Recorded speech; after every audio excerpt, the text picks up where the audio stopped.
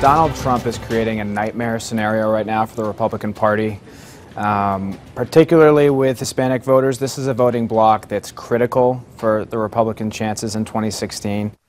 Well, Donald Trump has gone from being the interestingly coiffed purveyor of all he sees on reality television, business suits, top-notch hotel rooms, and the occasional spat with Rosie O'Donnell, to being the vile, racist hater of everything Mexicans who has set the Republican Party ablaze with controversy.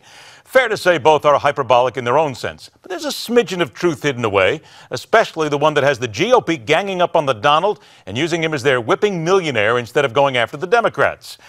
Let's get to it. Welcome in the veteran columnist for the National Review Online and Newsmax contributor, John Fund. John, as we look at everything that's gone on with Donald Trump here in the last couple of days, we are told that he is just being assailed and the GOP is ganging up on him. Are they?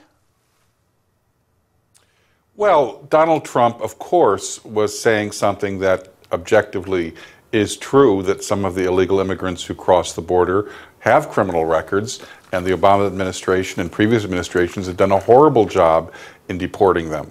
Having said that, the way he framed it, his stream of consciousness announcement speech, made it sound as if he was saying everyone who comes across is a rapist, a murderer, a child molester, and there's no nuance is not Donald Trump's middle name. So the Republican Party has decided that the reporting on this has gotten so bad they have to take a stand against his rhetorical excesses. So then late today, and I really found this hard to believe, but Donald Trump was actually walking some of his comments back. He says they were distorted. He said that, quote, many fabulous people come in from Mexico. Back. Wait a minute, John. Let me finish now. If you distort something I say, I'm not walking it back. Here you go. He says many fabulous people come in from Mexico and our country is better for it. That is a quote. However, he said the United States has become, quote, a dumping ground for Mexico, unquote, with illegal border crossers smuggling illicit drugs and carrying, quote, tremendous infectious disease, unquote. I said walking back only tongue in cheek because it would seem as if he's given the people that want to gang up about him, or gang up on him at least, a lot more ammunition. Well, at least he's saying he didn't quite mean what the reporting is saying. But now he's gotten his foot into another mouth, which is he's saying the Mexican government is forcing the criminals across the border. And look, if you're running for president and a foreign government actually has a policy of sending rapists, criminals, and child molesters across the border, you better have some documentation for that. I don't think he does. I don't think the Mexican government has an official policy or even unofficial policy of doing that. People are leaving Mexico because there's no economic opportunity, and frankly, they have failed their people in their economic policies. But to accuse a government, a valued ally of ours in the drug war, it's just preposterous. Here's one more on Donald Trump. This comes from the Washington Examiner. Quote, many veteran party bigwigs are unconcerned, however, about Trump, dismissing the New Yorker as a clown whose campaign will be overshadowed by the depth and quality of the GOP's White House field. Do you agree with that? Donald Trump is a very serious, calculating person. He knows what he's doing. His entire goal in this process is to build up his brand name.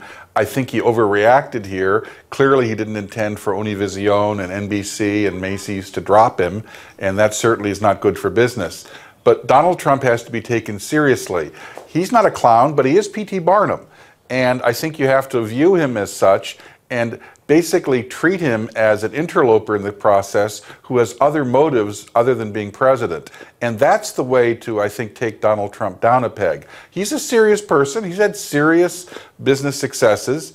He's got a serious television show, but he has adult ADD. All he wants is more attention. All right, 2 minutes left. Let's go ahead and turn to somebody else here. Now, there's a Quinnipiac University poll showing a real surge of support for Bernie Sanders on the Democratic side. Likely Democratic caucus participants asked who they would vote for if the caucus were held today. Hillary Clinton got 52%. Bernie Sanders got 33%. That's an 18% increase from a month ago, John. Now, there's some people on the Hillary side saying, we're not worried at all about Bernie Sanders. Some of the media say, they are really worried about Bernie Sanders. In your opinion, where's the truth? Somewhere in between. they're not worried that Bernie Sanders can take the nomination from them. They are worried that he is going to continue to build support and force Hillary Clinton further and further to the left on issue after issue, and that will make her more vulnerable in the general election. Let's be clear, Bernie Sanders comes from Vermont, which is 97% white. He has almost no minority support. Hispanics don't know him. Blacks are cool to him. Up to 40% in many states of the primary vote is going to be minority. Bernie Sanders is a hothouse flower.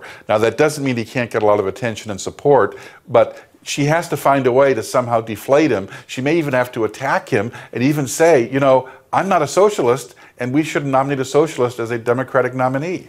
I got about 45 seconds left. It looks like Martin O'Malley will get into the race, a formal announcement Saturday in Baltimore, with Bernie Sanders in as well. Come on, isn't this really good for the Hillary Clinton campaign? She's got a couple of people in there that she can pick on and that she can show that she can beat. It would seem to me as if it's a win for her. Hillary Clinton isn't going to attack the mosquitoes that surround her in the presidential primary field if she doesn't have to. She's going to ignore Jim Webb, the former senator from Virginia who announced. She's going to ignore Martin O'Malley. She wants to ignore Bernie Sanders. I don't think she'll be able to. She recognizes that some support is probably necessary. She doesn't want a complete coronation, but she doesn't want to get into a long, drawn-out debate with Bernie Sanders about issues, because Bernie Sanders is frankly closer to the heart of the modern Democratic Party than Hillary Clinton is. Hillary Clinton, well, her reigning ideology is probably opportunist. Keep saying it every time we meet, but it's just going to get more fascinating and more interesting as we get closer. It's now becoming fun. John, I'm so glad we could give you the laugh of the day, because it seems as if it worked. Always a pleasure to have you on the show, my friend. Thanks for joining us. Thank you. All right, now let's go ahead and ask you. Get your opinion on a poll quickly. Let's go ahead and put it up. Who's your choice for the GOP's 2016 nominee?